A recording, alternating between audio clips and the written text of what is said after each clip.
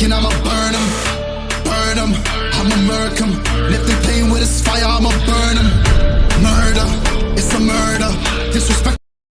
Hello and welcome friends, आप सभी का स्वागत है फिर से हमारे यूट्यूब चैनल ईज़ एडू पर। हम ला रहे हैं आपके लिए इंटरेस्टिंग क्वेश्चंस जो कि बीपीएससी द्वारा आयोजित होने वाली प्रधान शिक्षक परीक्षा के लिए आपके लिए बहुत ही मददगार साबित होंगे। उम्मीद है आपको हमारा वीडियो पसंद आ रहा होगा।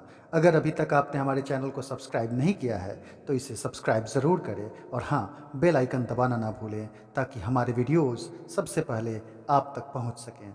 तो दोस्तों, ऐसे ही इंटरेस्टिंग मज़ेदार जानकारियों के लिए और अपनी तैयारियों के बेहतर करने के लिए आइए शुरू करते हैं फिर से आज का जीएस क्लास। हमारा पहला सवाल है, मरुस्थलीय क्षेत्रों में उगने वाले पौधों को क्या कहते हैं। दोस्तों, पिछले क्लास में मैंने आपको बताया था कि जो नमक वाले जगह पर उगते हैं उन्हें हम क्या कहते हैं, हैलोफाइट्स। ठीक उसी तरह से मरुस्थलीय क्षेत्र में जो पौधे उगते हैं उन्हें ज़ीरोफाइट अथवा मरुद्भिद, हिंदी में इन्हें मरुद्भिद या ज़ीरोफाइट कहा जाता है। अब आते हैं अपने अगले सवाल पर जो इसी से रिलेटेड है कि जल में उगने वाले पौधों को क्या कहते हैं। तो दोस्तों, जैसे मरुस्थल के पौधे मरुद्भिद कहलाते हैं, वैसे ही जल में उगने वाले पौधों को हाइड्रोफाइट जिसे हिंदी में जलोद्भिद कहा जाता है। हमारा अगला सवाल है, मुस्लिम लीग ने भारत विभाजन की मांग सर्वप्रथम कब की थी। तो दोस्तों, इसका राइट आंसर होगा 1940 ईस्वी में, क्योंकि मुस्लिम लीग ने भारत विभाजन करके उस समय भारत के अलावा एक पाकिस्तान राष्ट्र बनाने की मांग की थी और सबसे पहले यह मांग 22 मार्च 1940 को मुस्लिम लीग के लाहौर अधिवेशन में किया गया था। अब बढ़ते हैं अपने अगले प्रश्न की ओर। भारत में तेल की पहली परिष्करणशाला कहाँ स्थापित की गई थी। परिष्करणशाला का अर्थ होता है कि सबसे पहले ऑयल रिफाइनरी कहाँ पर स्थापित की गई थी भारत में। यहाँ पर तेल से संबंधित पेट्रोलियम पदार्थ के संदर्भ में हमें लेना है और यह असम के डिगबोई में सबसे पहले हमारी तेल रिफाइनरी, ऑयल रिफाइनरी स्थापित की गई थी। नेक्स्ट क्वेश्चन, बीकन प्रकाश के रूप में किस निष्क्रिय गैस का उपयोग होता है। तो दरअसल इसका राइट आंसर होगा नियॉन, क्योंकि नियॉन से ऐसा प्रकाश निकलता है जो प्रकाश धुंध और कोहरे को भी भेदने की क्षमता रखता है। इसीलिए जलयान, नौका, विमान, इन सभी के पथ प्रदर्शन के लिए बीकन लाइट के रूप में नियॉन के प्रकाश का उपयोग बहुत ही अच्छे से किया जाता है। अब आगे बढ़ते हैं। शताब्दी एक्सप्रेस गाड़ी का नाम किसकी शताब्दी को संबोधित करता है। तो इसका राइट आंसर होगा जवाहरलाल नेहरू, क्योंकि उस समय जवाहरलाल नेहरू के जन्म शताब्दी अवसर पर ही 1988 ईस्वी में इस ट्रेन का उद्घाटन किया गया था और यह ट्रेन नई दिल्ली से झांसी तक जाती थी, जिसे बाद में भोपाल तक चलाया जाने लगा। फ्रेंड्स, हमारा अगला प्रश्न है कि बेकिंग सोडा का रासायनिक नाम क्या होता है। बेकिंग सोडा का रासायनिक नाम दरअसल सोडियम बाइकार्बोनेट होता है। जी हाँ दोस्तों, ये बेकिंग सोडा वही है जिसे हम अपने घरों में हमेशा प्रयोग करते हैं और इसे हम खावा सोडा भी कह दिया करते हैं। तो इसका रासायनिक नाम सोडियम बाइकार्बोनेट होता है। इसी से रिलेटेड हमारा अगला सवाल है कि धोवन सोडा यानी कि जिस कपड़ा धोने वाला जो सोडा होता है उसका रासायनिक नाम क्या होता है। तो इसका रासायनिक नाम सोडियम कार्बोनेट। धोवन सोडा का रासायनिक नाम सोडियम कार्बोनेट और बेकिंग सोडा का रासायनिक नाम सोडियम बाइकार्बोनेट होता है। ऐसे ही प्रश्नों से जुड़े हुए अन्य प्रश्न जो हमारे घरों में धड़ल्ले से उपयोग होते हैं, वैसे पदार्थों के रासायनिक नाम भी आ सकते हैं। इसीलिए अगला सवाल कि ब्लीचिंग पाउडर का रासायनिक नाम क्या होता है। तो दोस्तों, इसका रासायनिक नाम कैल्शियम ऑक्सीक्लोराइड होता है। ब्लीचिंग पाउडर को हम विरंजक चूर्ण भी कहते हैं, क्योंकि यह कपड़ों के दाग धब्बों को हटाने के लिए उपयोग किया जाता है। इसी प्रकार हमारा अगला प्रश्न है कि साधारण नमक का रासायनिक नाम क्या है।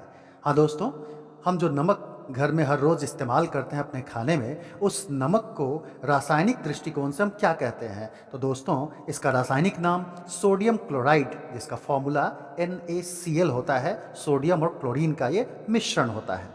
हमारा अगला प्रश्न कंप्यूटर से रिलेटेड है कि कंप्यूटर में गणनाएं करने के लिए कौन सा अवयव उत्तरदायी होता है। तो इसका राइट आंसर होगा अरिथमेटिक लॉजिक यूनिट, जिसे शॉर्ट में ALU भी कहा जाता है।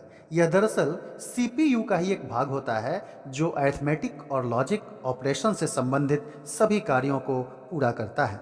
अगला प्रश्न, भारत का सबसे सूखा भाग कौन सा है?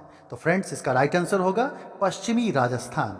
दरअसल पश्चिमी राजस्थान का जैसलमेर सबसे सूखे क्षेत्र में गिना जाता है, जहां 10 सेंटीमीटर से भी कम वर्षा होती है।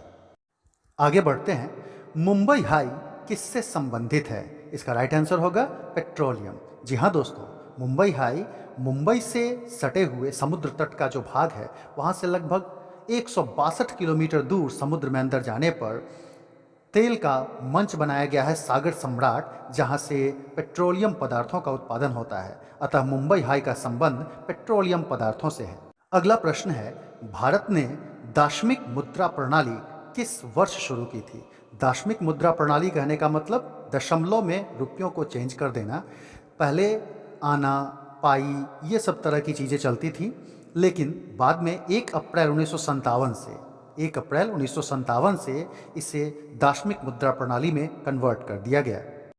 नेक्स्ट क्वेश्चन, साइमन कमीशन पहली बार भारत कब आया था? इसका राइट आंसर होगा 1928 ईस्वी में।